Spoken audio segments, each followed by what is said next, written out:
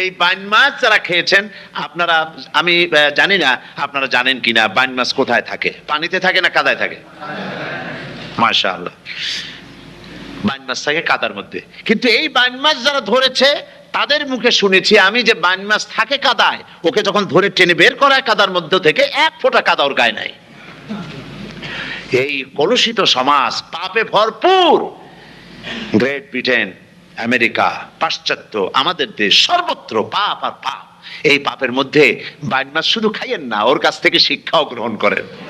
ও যেমন কাদার মধ্যে থাকে, কাদা ওর গায়ে লাগে না, আপনিও এই সমাজের মধ্যে আপনি আপনার কাজ চালিয়ে যান, পাপ যেন আপনাকে স্পর্শ না করে। আল্লাহ যেন পাপের থেকে আমাদের বাঁচান। কোরআনে কারীমের দাওয়াত হচ্ছে তাওহীদ প্রতিষ্ঠা করা। কোরআনের মূল দাওয়াত তাওহীদ প্রতিষ্ঠা করা, শিরক বর্জন করা এবং জীবনের সকল ক্ষেত্রে আল্লাহর গোলামি করা। এই তিনটি দাওয়াত। কটি দাওয়াত হলো? তিনটি। প্রথম হচ্ছে তাওহীদ প্রতিষ্ঠা করা, 2 নম্বরে শিরক বর্জন করা, 3 নম্বরে জীবনের সকল ক্ষেত্রে গোলামি হবে কার? আল্লাহ পাকের। একটি ইমারত, একটি বিল্ডিং নির্মাণ করতে হলে সর্বপ্রথম তার ভিত্তিকে দৃঢ়ভাবে গঠন করতে হবে, তার ফাউন্ডেশনকে মজবুত করতে হবে। ফাউন্ডেশন যদি দুর্বল হয় তার উপরে সুদৃঢ় ইমারত দাঁড়াতে পারে না।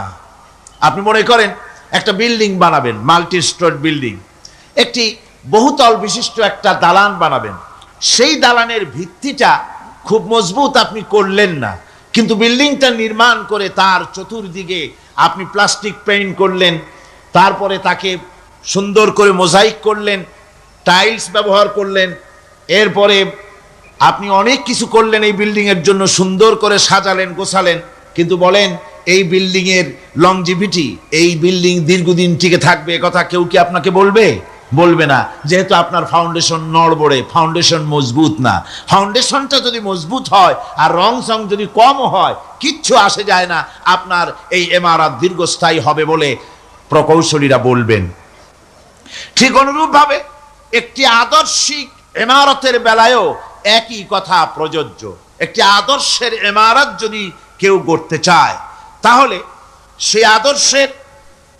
সে আদর্শ যতই চিত্তাকর্ষক হোক, আকর্ষণীয় হোক, কল্যাণধর্মী হোক, যতক্ষণ পর্যন্ত তার বুনিয়াদ দৃঢ় না হবে, বুনিয়াদ মজবুত না হবে, ততক্ষণ পর্যন্ত সে আদর্শ দুনিয়ার বুকে টিকে থাকতে পারে না। ইসলাম আল্লাহ প্রদত্ত একটি আদর্শ। ইসলাম কার দেওয়া আদর্শ? আল্লাহ পাকের দেওয়া একটি জীবন ব্যবস্থা। এই জীবন ব্যবস্থার বুনিয়াদ হচ্ছে তাওহীদ, ফাউন্ডেশন হচ্ছে তাওহীদ, ভিত্তি হচ্ছে তাওহীদ। এই তাওহীদ যদি মজবুত হয়, আপনি মজবুত হবেন, সমাজ মজবুত হবে, রাষ্ট্র মজবুত হবে, ঈমান মজবুত হবে, দুনিয়ায় টিকে থাকবেন, শান্তি পাবেন, আখিরাতে জাহান্নাম থেকে মুক্তি পাওয়া যাবে। সুতরাং ইসলাম রূপ ইমারতটি কোথাও নির্মাণ করতে চাইলে সর্বপ্রথম বুনিয়াদ দৃঢ় করতে হবে কিসের বলুন? তাওহীদের। এবং এজন্যে সর্বপ্রথম যে দায়িত্ব আমাদের, সেটা হলো সর্বাবস্থায় শিরক বর্জন করতে হবে। তাওহীদের বিপরীত হচ্ছে, ঈমানের বিপরীত কি? কুফর। ঈমানের বিপরীত কুফর, আর তাওহীদের বিপরীত শিরক। শিরককে সমূলে উৎপাটিত করতে হবে, এর ভিত্তি সহ, এর আস্তানা সহ শিরককে ধ্বংস করতে হবে। জীবনের প্রতিটি স্তর থেকে শিরক মুক্ত জীবন যাপন করতে হবে।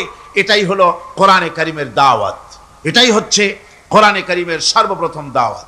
কোরআনের মূল বক্তব্য হচ্ছে যে মানব গোষ্ঠীকে শিরক মুক্ত করে আল্লাহর গোলাম বানাও।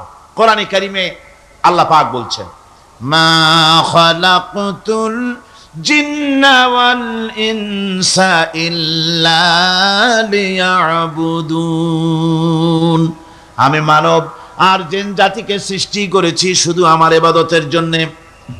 মা খালাকতুল জিন্না ওয়াল ইনসা, আমি মানুষ এবং জিন জাতিকে সৃষ্টি করি নাই, করেছি শুধুমাত্র ইবাদতের জন্য, অন্য কোনো কারণে করি নাই।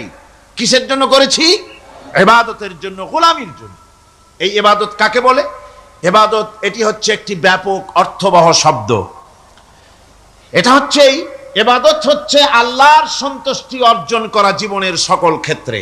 নামাজ, রোজা, হজ, যাকাত, সাদকা, ফিতরা, মাতা পিতার সন্তুষ্টি অর্জন, তাদেরকে ভালোবাসা, সৎ কাজের আদেশ করা, অসৎ কাজে বাধা প্রদান করা, প্রতিবেশীর হক আদায় করা, গরিব দুঃখী এতিমদের হক আদায় করা, আল্লাহর জিকির করা, কোরআনে কারীমকে তিলাওয়াত করা, আমলে সালেহ করা, এ সব কিছু ইবাদতের মধ্যে শামিল। এ সবগুলি কি?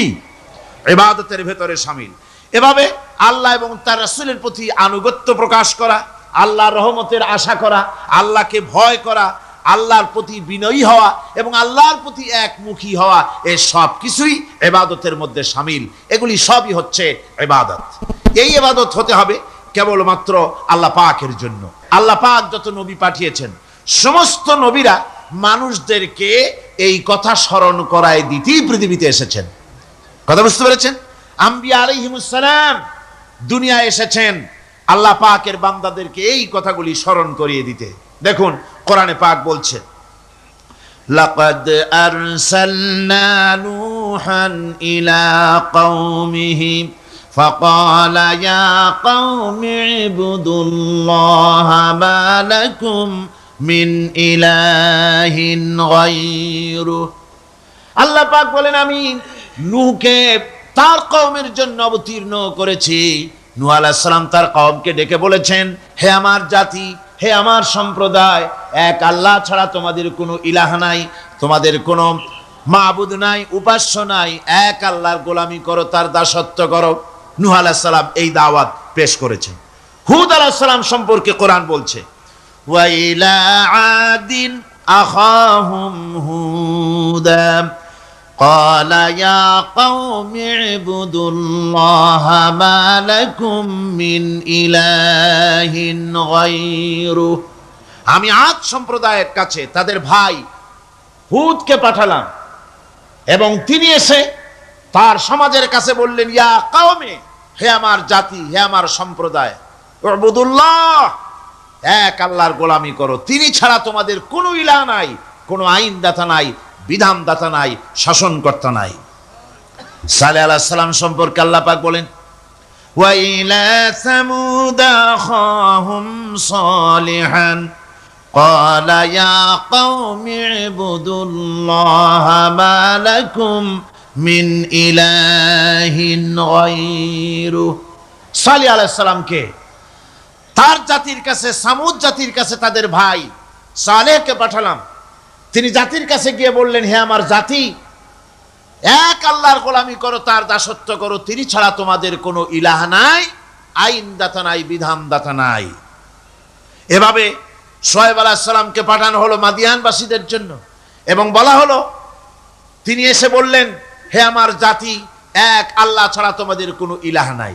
তো এই কথার দ্বারা আমরা কি বুঝলাম? সমস্ত নবীরাই আল্লাহর গোলামির দাওয়াত দিয়েছেন। কোন নবী বলেন নাই, ও আমার জাতি, তোমরা আমার গোলামি করো। কেউ বলেছেন? জোরে বলেন, কেউ বলেছেন? বলেননি।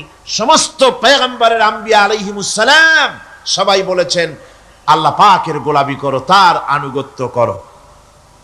আল্লাহ রাব্বুল আলামিন বলেন, প্রত্যেক জাতির নিকট আমি রাসূল প্রেরণ করেছি, কোন জাতি বাদ পড়ে নাই। ওয়ালাকাদ বাসনা ফি কুল্লি উম্মাতির রাসূলা আনি ইবুদুল্লাহা ওয়াজতানিবুত তাগুত। আমি প্রত্যেক জাতির জন্য রাসূল প্রেরণ করেছি। সবাই এসে রাসূল পয়গম্বরের দাওয়াত দিয়েছেন, আনি ইবুদুল্লাহ, এক আল্লাহর গোলামি করো, এক আল্লাহর দাসত্ব করো, ওয়াজতানিবুত তাগুত, আর তাগুতকে বর্জন করো। তাগুতের অর্থ মনে আছে আপনাদের? তাগুত যাদের মনে নেই আবার শোনাই।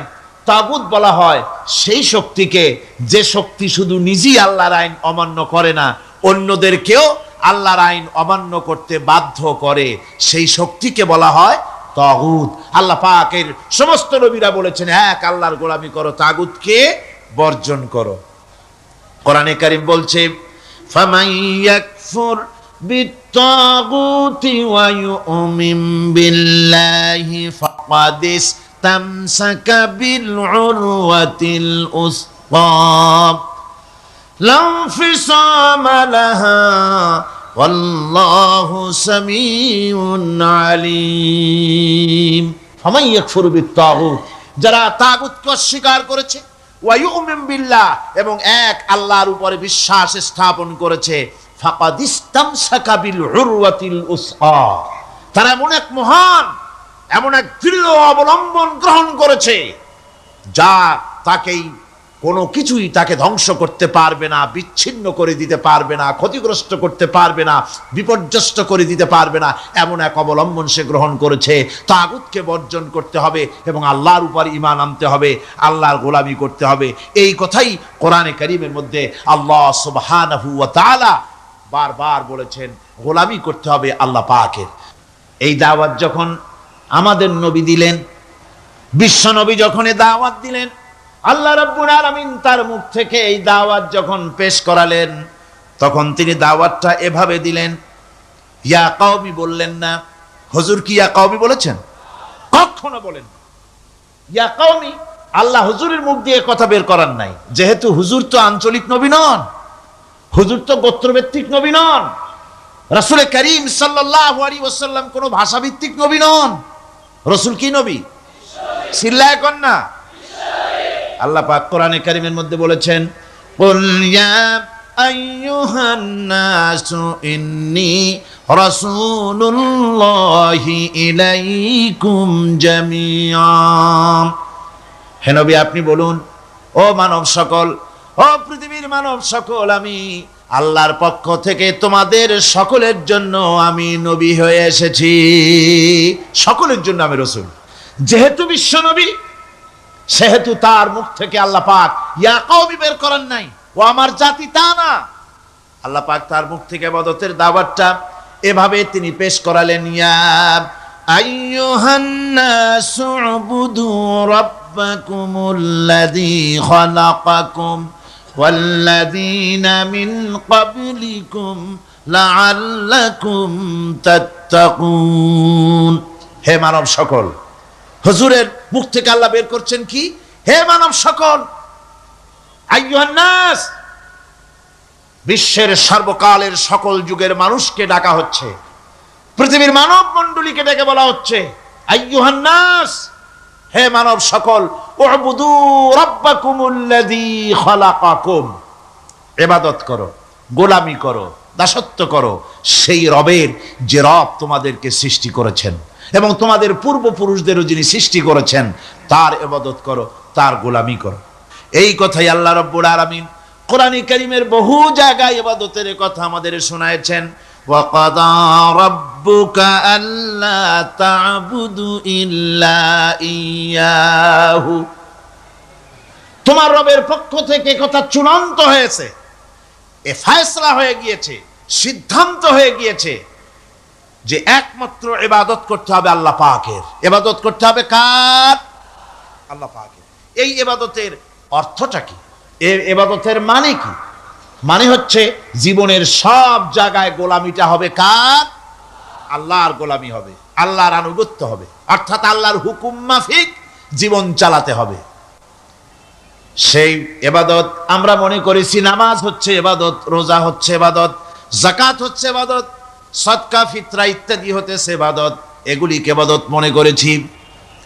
কিন্তু মনে রাখতে হবে, শুধু নামাজ, রোজা, হজ, যাকাত ইবাদত নয়, জীবনের মুসলমানদের সব কাজগুলি ইবাদতের মধ্যে হতে হবে, অর্থাৎ আল্লাহর হুকুম অনুযায়ী কাজ করলে তার নাম হবে ইবাদত।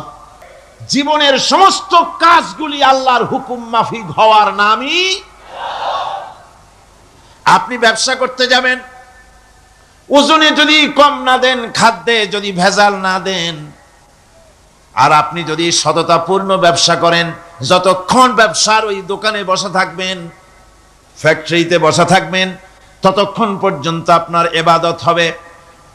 আপনি চাকরি করবেন, আপনি যে কোনো কাজ করেন না কেন, আল্লাহর হুকুম মাফিক যদি হয় ইবাদত হয়ে যাবে। এই জন্য আল্লাহ রাব্বুল আলামিন ইবাদত করার জন্যই মানুষকে তৈরি করেছেন। মানুষের কাজ হলো আল্লাহর গোলামি করা, আল্লাহর হুকুম পালন করা। এই হুকুম পালন করতে গিয়ে আল্লাহ পাক হুকুম পালনের জন্য বলছেন, ওয়া'বুদুল্লাহা ওয়া লা তুশরিকু বিহি শাইআ। উবুদুল্লাহ, আল্লাহর ইবাদত করো, আল্লাহর গোলামি করো, আর তার সাথে কোনো শরীক স্থাপন করো না। পৃথিবীর মধ্যে আমরা তো সুখ শান্তি চাই, দুনিয়ায় দুমুঠো খেতে চাই, দুই মুঠো যদি খেতে চাই, পড়তে চাই, পৃথিবীর মধ্যে যদি শান্তিতে থাকতে চাই, তাহলে ইবাদত করা লাগবে। ইবাদত করলেই খাবার পাওয়া যাবে। ইবাদত করলে কি পাওয়া যাবে? খাবার পাওয়া যাবে। আল্লাহ রাব্বুল আলামিন কোরআনে কারীমের মধ্যে বলেছেন, ফালইয়াবুদু রাব্ব হাযাল বাইত আল্লাযী আত'আমাহুম মিন জু'ইন ওয়া আমানাহুম মিন খাউফ। কুরাইশদেরকে বলছেন, ও কুরাইশরা, এই ঘরের মালিকের ইবাদত করো। কোন ঘর? কাবা ঘর। এই কাবা ঘরের মালিক কে? আল্লাহ। এই ঘরের মালিকের ইবাদত করো। কি হবে তাহলে? এই ঘরের মালিকের ইবাদত যদি করো, দাসত্ব যদি করো, আনুগত্য যদি করো, তার গোলামি যদি করো, তাহলে কি হবে? আল্লাযী আত'আমাহুম মিন জু', তিনি তোমাদের ক্ষুধার সময় খেতে দিবেন। সুবহানাল্লাহ কর। ক্ষুধার সময় খাবার পাবে। ওয়া আমানাহুম মিন খাউফ, আর যখন বিপদ আসবে, মুসিবত আসবে, সন্ত্রাস সৃষ্টি হবে, বিপদ মুসিবত আসবে, ভীতি আসবে, ভীতির সময় আমন আমান, নিরাপত্তা পয়দা করে দিবেন আল্লাহ সুবহানাহু ওয়া তাআলা এই ইবাদতের মাধ্যমে। সুতরাং আমার ইবাদত করো। আর যদি জান্নাতে যেতে চাও, কি বলেন, আমরা কি বেহেশতে যেতে চাই? আর যারা কথা কইলেন না, আমরা কি জান্নাতে যেতে চাই? অবশ্যই আল্লাহর জান্নাতে যেতে চাই। আল্লাহ পাক বলেন, আমার জান্নাতে যদি যেতে চাও, তাহলে ইবাদত করা ছাড়া পথ নাই। ফাদখুলি ফি ইবাদি ওয়াদখুলি জান্নাতি, আমার বান্দার মধ্যে শামিল হও, আমার গোলামির মধ্যে শামিল হও, আমার ইবাদত করো জীবনের সকল ক্ষেত্রে, আমার গোলামির মধ্যে শামিল হও, আমার জান্নাতে চলে যাও। সুবহানাল্লাহ বিহামদি। এবার আল্লাহ রাব্বুল আলামিন বলছেন, যদি আমার সঙ্গে দেখা করতে চাও, আল্লাহর সঙ্গে যদি কোনো বান্দা দেখা করতে চায়, আমরা আল্লাহরে দেখতে চাই কিনা? চাই কিনা আল্লাহকে দেখতে? আল্লাহ পাক বলছেন, আমারে যদি দেখতে চাও, ফামান কানা ইয়ারজু লিকা রাব্বিহি ফালইআমাল আমালান সালিহান ওয়ালা ইউশরিক বিইবাদাতি রাব্বিহি আহাদা। আমার সঙ্গে যদি দেখা করতে চাও, তোমাদের মধ্য থেকে কেউ যদি আমার সাথে দেখা করতে চায়, সে যেন ভালো কাজ করে, ভালো আমল করে, আর আমার ইবাদতের সঙ্গে কাউকে যেন শরীক না বানায়, তাহলেই আমার সঙ্গে কিয়ামতে দেখা হয়ে যাবে। জোরে বলেন সুবহানাল্লাহ। আল্লাহর সঙ্গে দেখা করতে হলে তার ইবাদত করতে হবে, গোলামি করতে হবে, এবং কাউকে শরীক স্থাপন করা যাবে না। এই গোলামি করতে হবে, ইবাদত করতে হবে কতদিন? আল্লাহ রাব্বুল আলামিন বলছেন, ওয়া'বুদ রাব্বাকা হাত্তা ইয়াতিয়াকাল ইয়াকিন। ইবাদত করো, গোলামি করো, যতক্ষণ পর্যন্ত নিশ্চিত সেই সময়টি এসে না যায়, তার মানে মৃত্যু পর্যন্ত আমার গোলামি করতে থাকো। মৃত্যু পর্যন্ত গোলামি হবে কার? আল্লাহ সুবহানাহু ওয়া তাআলা। সেই আল্লাহ পাকের গোলামি জীবনের সকল ক্ষেত্রে করতে হবে, মৃত্যু পর্যন্ত সব ক্ষেত্রে গোলামি হবে আল্লাহ। আল্লাহর গোলামি হচ্ছে আল্লাহ যা নিষেধ করেছেন তার থেকে ফিরতে হবে, আর যা আদেশ করেছেন সেগুলি মানতে হবে। ইবাদত করে না আল্লাহ, তাদের সম্পর্কে আল্লাহ রাব্বুল আলামিন বলছেন, ইন্নাল্লাযীনা ইস্তাকবিরুনা আন ইবাদাতি সায়াদখুলুনা জাহান্নামা দাখিরিন। যারা আমি আল্লাহর সঙ্গে অহংকার করে, আমার ইবাদত করে না, আমার গোলামি করে না, আমার সামনে মাথা নত করে না, অহংকার অহমিকতা করে যারা জীবন চালায়, আমি কিয়ামতের দিন তাদেরকে লাঞ্ছিত করব আর জাহান্নামে পাঠাবো। যারা আল্লাহর গোলামি করবে না, আল্লাহর ইবাদত করবে না, অস্বীকার করবে আল্লাহর গোলামিকে, অহমিকতা করে চলবে, তাদের জায়গা হবে কোথায়? জাহান্নামের মধ্যে। সুতরাং মানুষের মর্যাদা বাড়ে আল্লাহর গোলামিতে। মর্যাদা বাড়ে কিসে?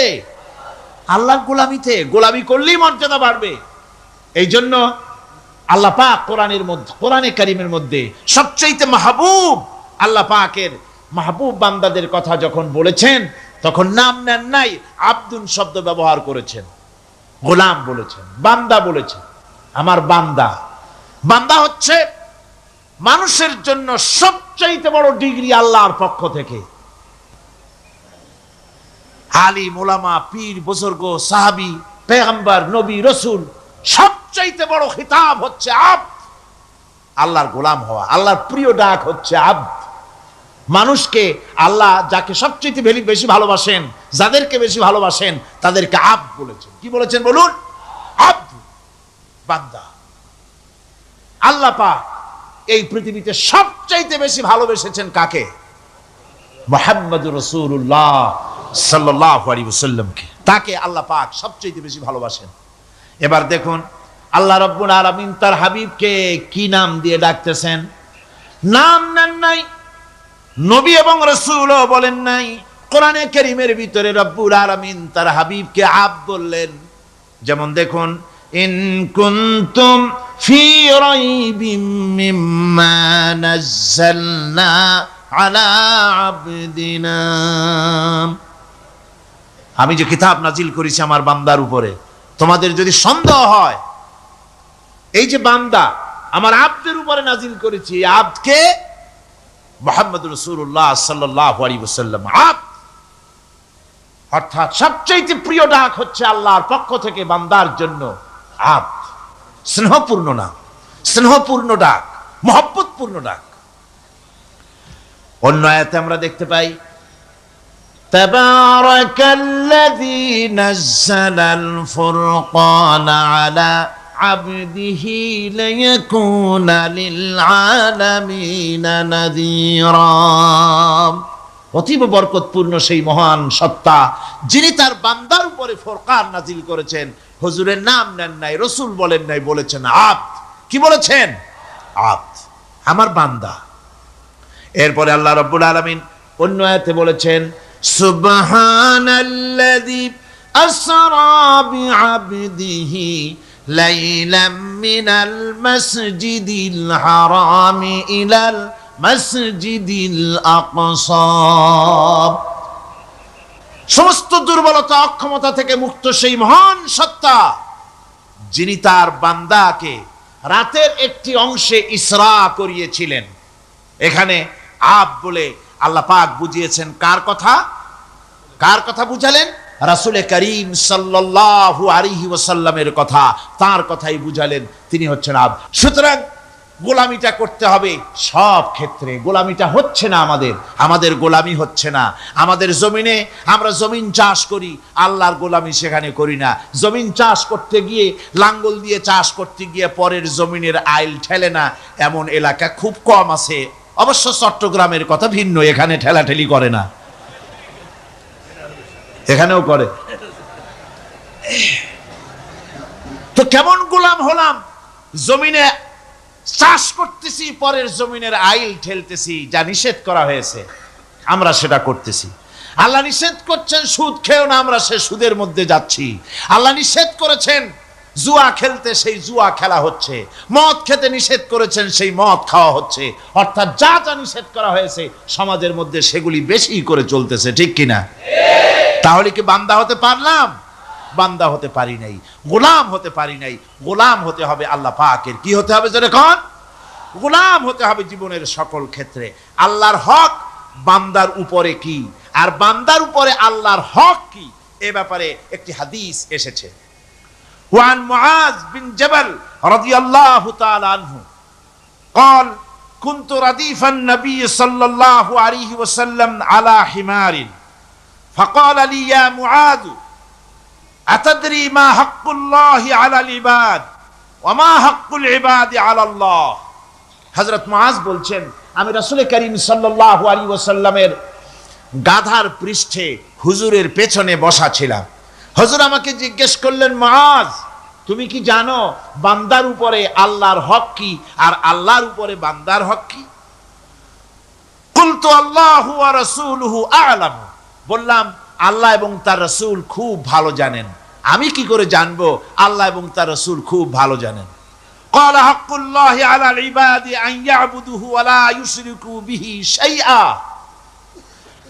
বান্দার হক হচ্ছে আল্লাহর উপরে এই যে বান্দা গোলামি করবে আল্লাহ, ইবাদত করবে আল্লাহ, আর আল্লাহর সাথে কাউকে শরীক স্থাপন করবে না। এটা হচ্ছে আল্লাহর উপরে কার হক? বান্দার হক। আর আল্লাহর হক হচ্ছে বান্দার উপর কি?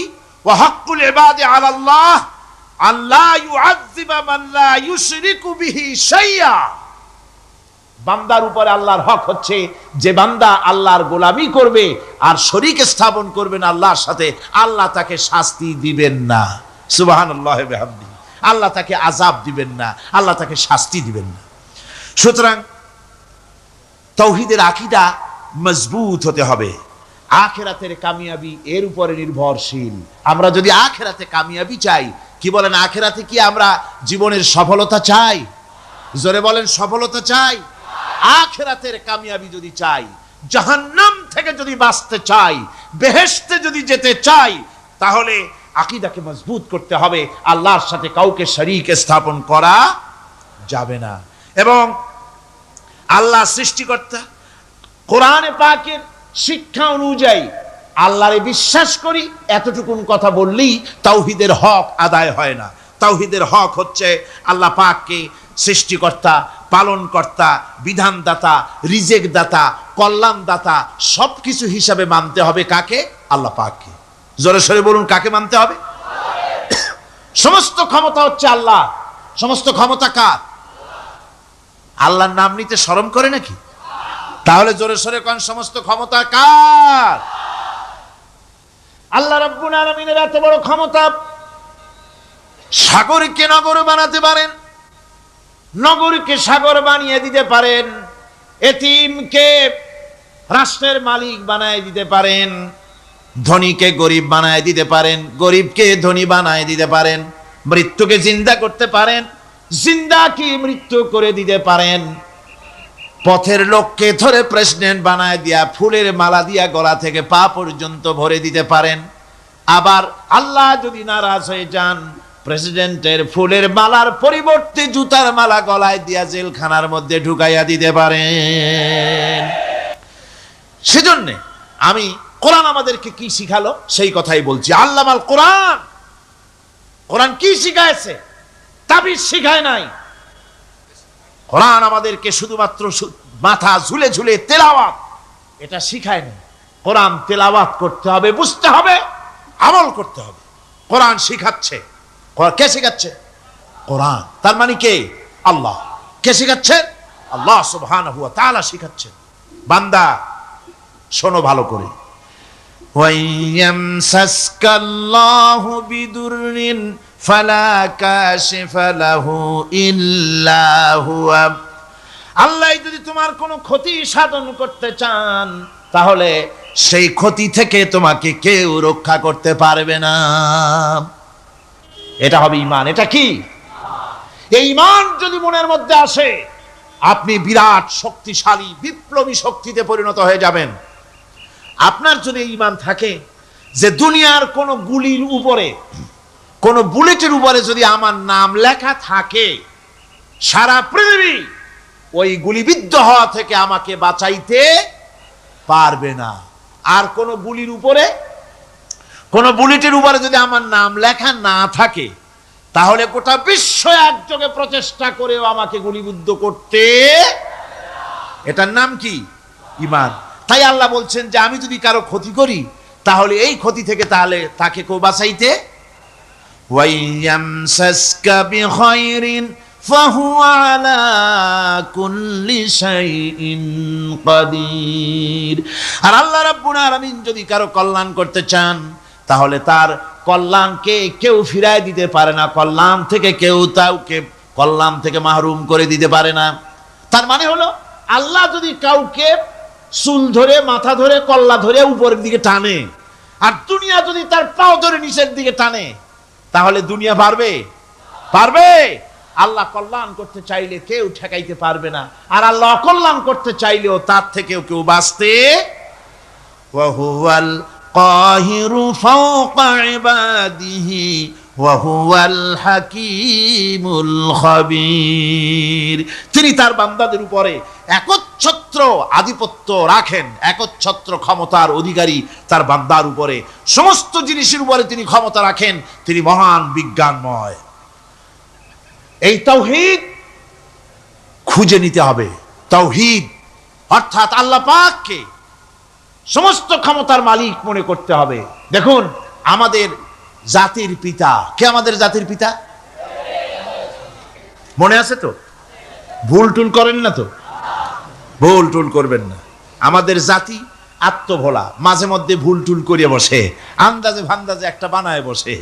আসলে জাতির পিতা মুসলমানদের কে? ইব্রাহিম আলাইহিস সালাম তাওহীদকে খুঁজছেন। এই কোরআন শরীফ আল্লাহ পাক বলছেন তাওহীদ তালাশ করতেছেন। কে স্রষ্টা? সর্বোচ্চ ক্ষমতার মালিক কে? হযরত ইব্রাহিম আলাইহিস সালাম তার এই তাওহীদ খোঁজার, তাওহীদ অন্বেষণ কাহিনীটাকে রব্বুল আলামিন কোরআনে কারীমের ভিতরে জায়গা দিয়ে দিলেন দুনিয়ার মানুষকে বোঝাবার জন্য, শোনাবার জন্য। ফালাম্মা জান্না আলাইহিল লাইলু রাআ কাওকাবান ক্বালা হাযা রাব্বী। তিনি রব সন্ধান করছেন, কে আমার স্রষ্টা? সর্বোচ্চ ক্ষমতার মালিককে, আইনদাতাকে, বিধানদাতাকে, স্রষ্টাকে, কে তিনি? তাকে খুঁজছেন। মনের ভিতরে চিন্তা, মস্তিষ্কে চিন্তা। হঠাৎ করে রাত এলো, পশ্চিম গগনে সুন্দর এক তারকা উদিত হলো, সান্ধ্য তারা। সন্ধ্যার সময় যে তারাটা ওঠে সেটা ছোট না বড়? বড়। সেটা সারা রাত থাকে না অল্প সময় থাকে? অল্প সময় থাকে। সান্ধ্য তারা দেখে ইব্রাহিম আলাইহিস সালাম বললেন, হাযা রাব্বী, পেয়ে গেছি আমার রব, এটাই আমার রব, এটাই হচ্ছে আমার স্রষ্টা, এটাই হচ্ছে সর্বময় ক্ষমতার মালিক।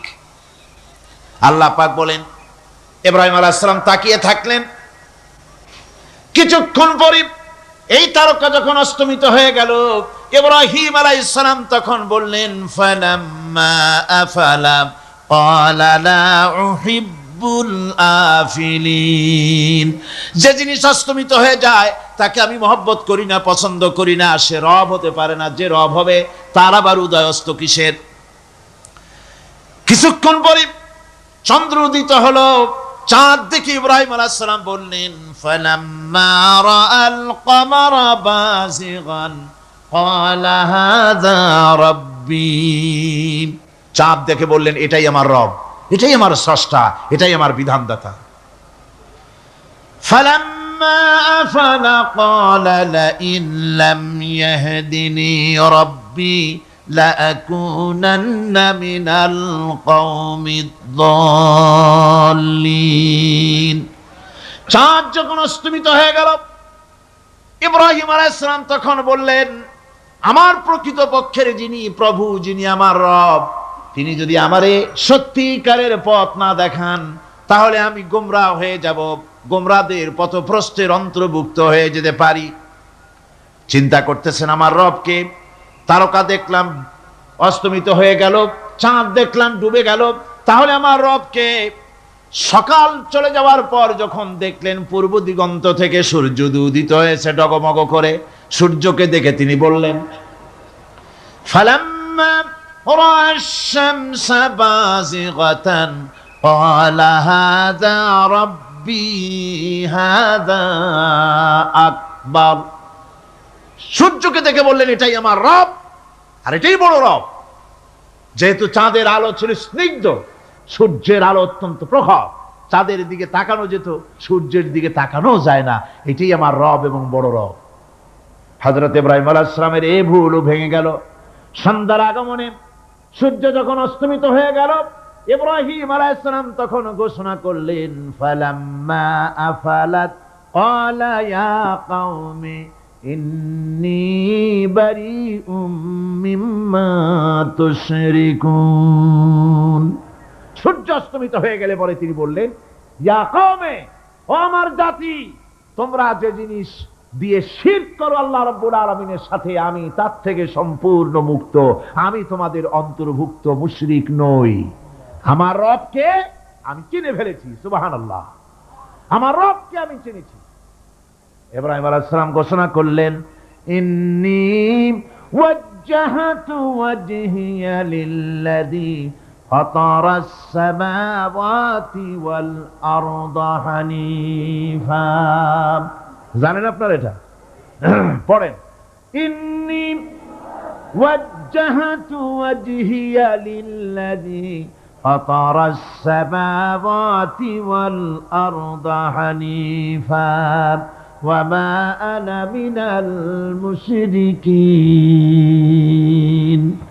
নিশ্চয়ই আমার এই মুখমণ্ডলকে ফিরাই দিলাম, দুনিয়ার সব দিক থেকে মুখ ফিরাইয়া আমার এই মুখ ফিরালাম সেদিকে, সেই স্রষ্টার দিকে যিনি আকাশ, জমিন, চন্দ্র, সূর্য, গ্রহ, নক্ষত্র, সৌররাজি, মানব মণ্ডলী সব কিছুকে যিনি সৃষ্টি করেছেন, আমি তার দিকে আমার মুখকে ফিরিয়ে দিলাম।